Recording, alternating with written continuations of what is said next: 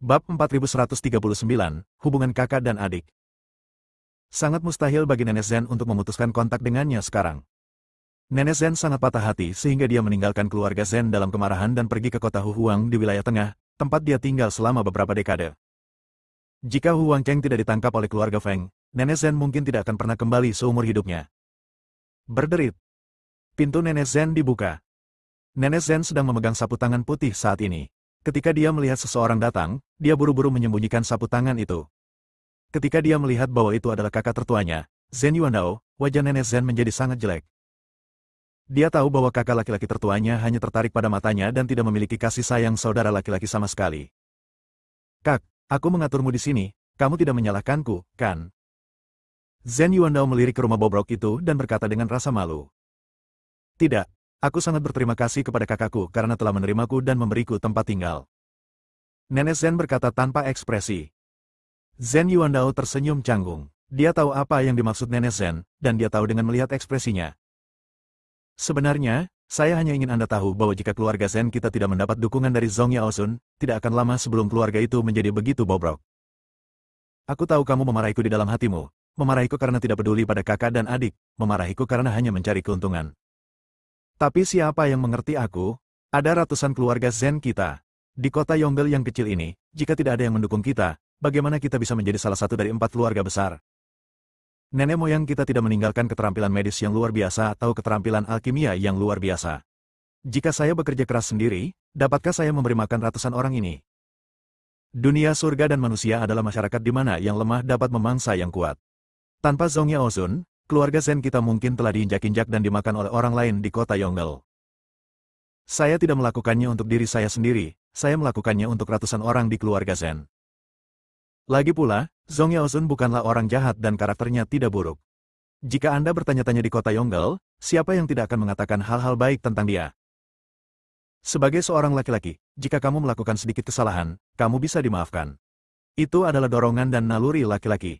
Bukan berarti dia tidak mencintaimu lagi. Setelah bertahun-tahun, Zhong Yaosun masih membantu keluarga Zen kita. Mengapa dia melakukannya? Saudaraku, aku mohon, maafkan Zhong Yaosun, dan kalian berdua harus tetap sehat di kota Yonggel.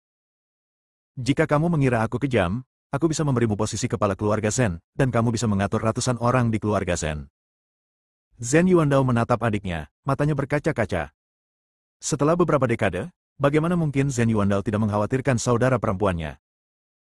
Namun dunia surga dan manusia begitu luas, menemukan seseorang lebih sulit daripada menemukan jarum di tumpukan jerami. Nenek Zen memandang kakaknya dan sedikit terganggu sejenak. Ketika dia kabur dari rumah karena marah, dia bahkan tidak memikirkan orang lain. Dia hanya berpikir bahwa semua orang di keluarga Zen tidak memahaminya. Puluhan tahun telah berlalu dalam sekejap mata, dan sekarang Nenek Zen merasakan sedikit rasa bersalah di hatinya setelah mendengarkan kata-kata kakaknya. Dia tidak pernah memikirkan orang lain di keluarga Zen, dia hanya memikirkan dirinya sendiri. Kalau kamu bilang kamu egois, mungkin kamulah orang yang egois. Saudaraku, aku. Nenek Zen tidak tahu harus berkata apa. Jangan berkata apa-apa lagi. Saat Zhong Yaosun mencarimu, kamu bisa berbicara baik-baik dan membuka hatimu. Sebenarnya, aku tahu kamu tidak bisa melepaskannya, kalau tidak kamu tidak akan sendirian dengan sapu tanganmu dalam keadaan linglung. Kata Zen Yuandao sambil tersenyum tipis. Nenek Zen langsung tersipu. Oke, saya akan meminta Huaner mengatur ulang akomodasi Anda, dan membawa teman-teman yang Anda bawa. Zen Yuandao pergi setelah mengatakan itu. Tak lama kemudian, seorang gadis cantik mengenakan gros grain datang ke kamar Nenek Zen. Tante. Ketika gadis itu melihat Nenek Zen, dia langsung menangis dalam pelukannya. Bab 4140, Zen Huan dan Zhou Lang. Nenek Zen juga memeluk gadis itu dan berkata, Huaner, kamu baik-baik saja. Bibi, aku baik-baik saja.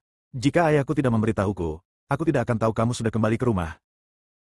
Memang benar ayahku menempatkanmu di tempat seperti ini. Aku harus menyelesaikan masalah dengannya di masa depan. Zen Huan melihat lingkungan di dalam ruangan dan berkata dengan marah. Ayahmu juga telah bekerja keras. Bukankah dia sudah memintamu untuk mengatur tempat lain untukku? Kata Nenek Zen. Ya. Saya masih memiliki halaman lama bibi saya dan saya telah mengirim orang untuk membersihkannya. Sekarang saya akan membawa bibi saya ke sana. Zen Huan mengangguk. Tunggu sebentar, aku punya beberapa teman lagi, bawalah mereka bersamaku. Setelah Nenek Zen selesai berbicara, dia memanggil Baiqian, Huo Feng dan yang lainnya. Kemudian Dave hanya dengan melihatnya sekilas, dia dapat melihat bahwa orang ini berada di alam Mahayana. Meskipun saya baru saja dipromosikan ke alam Mahayana, saya memang alam Mahayana yang sebenarnya. Dan Liu Ruyan juga keluar dari kamar. Melihat begitu banyak orang, Zhen Huan tampak sedikit malu. Nona, ini keponakanku Zhen Huan. Nenek Zen mengikuti Baiqian dan memperkenalkan. Huaner, bibiku telah tinggal di Huangcheng selama ini, terima kasih kepada wanita muda yang menerimanya. Nenek Zen memandang Zhen Huan dan berkata, namaku Zhen Huan, terima kasih telah menerima bibiku. Zhen Huan dengan sopan mengikuti Baiqian dan berkata, namaku Baiqian, sebenarnya Nenek Zen telah merawatku selama bertahun-tahun. Baiqian berkata dengan sangat malu. Jelas sekali bahwa Nenek Zen telah merawatnya selama ini. Oke, ikut aku. Siapapun yang datang ke sini adalah tamu. Kami, keluarga Zen, bersikap kasar dengan membiarkanmu tinggal di tempat seperti ini. Zhen Huan merasa sangat bersalah. Melihat penampilan sopan Zhen Huan, dia memang wanita tertua dari sebuah keluarga besar. Zhen Huan membawa Dev dan yang lainnya ke halaman mewah, yang didekorasi dengan indah. Inilah gaya keluarga besar. Bibi, kamu sebaiknya istirahat dulu.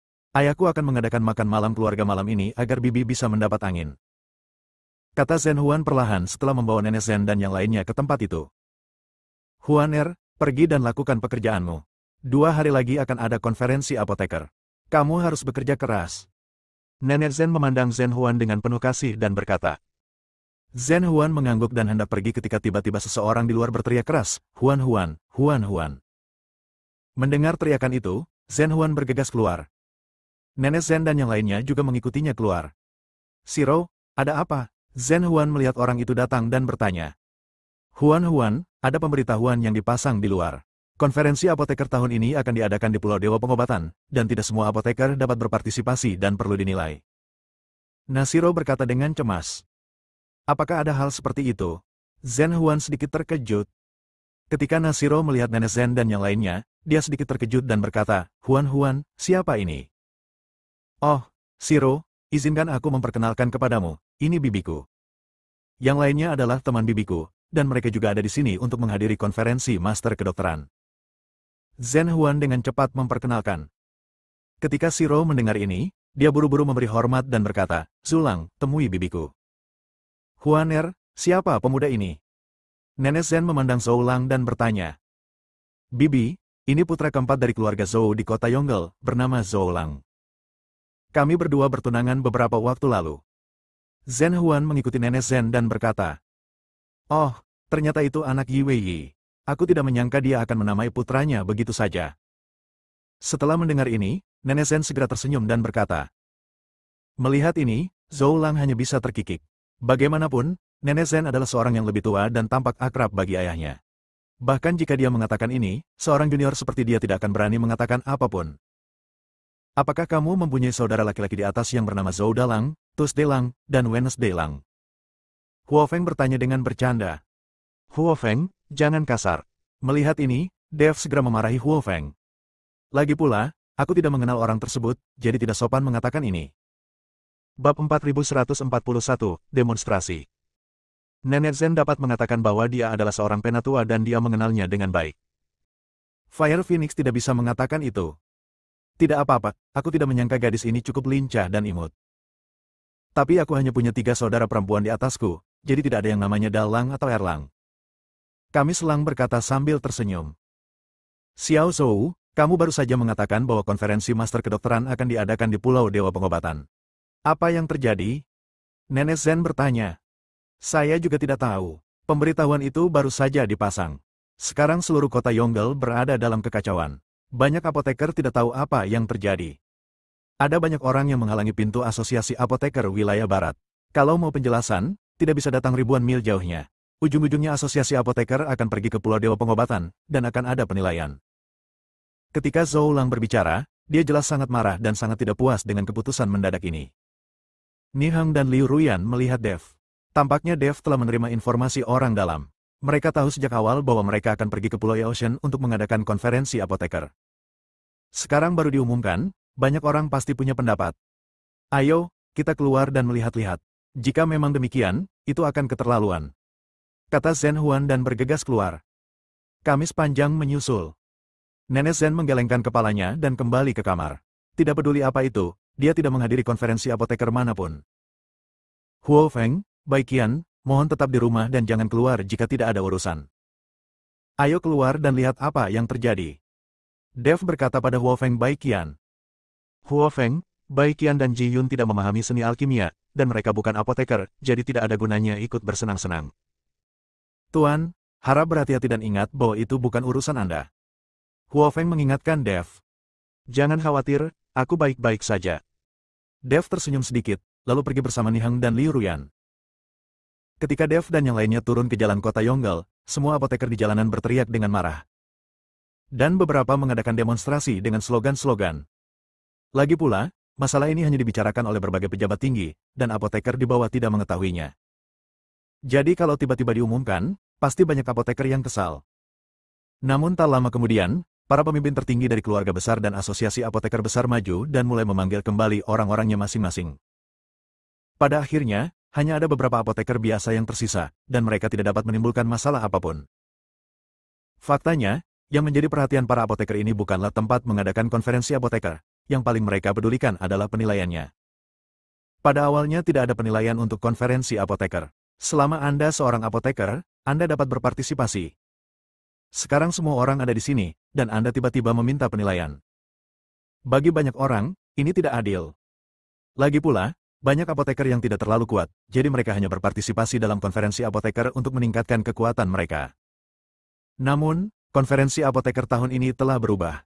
Pulau Yaoshen membutuhkan apoteker senior, yaitu apoteker yang handal.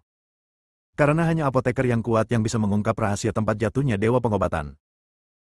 Menemukan sekelompok apoteker berkekuatan rendah untuk pergi ke Pulau Dewa Pengobatan tidak ada gunanya kecuali menghabiskan sumber daya. Itu sebabnya Pulau Yaoshen melakukan ini. Semua apoteker berkumpul di depan pintu Asosiasi Apoteker Wilayah Barat. Bagaimanapun, hal ini membutuhkan penjelasan dari apoteker dari wilayah Barat. Tetapi ketika semua orang menunggu penjelasan dari Presiden Asosiasi Apoteker Wilayah Barat, pintu Asosiasi Apoteker perlahan terbuka, dan seorang pria muda mengenakan jubah putih dengan sulaman macan tutul emas di tubuhnya keluar. Begitu pemuda itu muncul, dia membawa kekuatan yang memaksa. Dave hanya dengan melihatnya sekilas, dia dapat melihat bahwa orang ini berada di alam Mahayana. Meskipun saya baru saja dipromosikan ke alam Mahayana, saya memang alam Mahayana yang sebenarnya. Bersambung.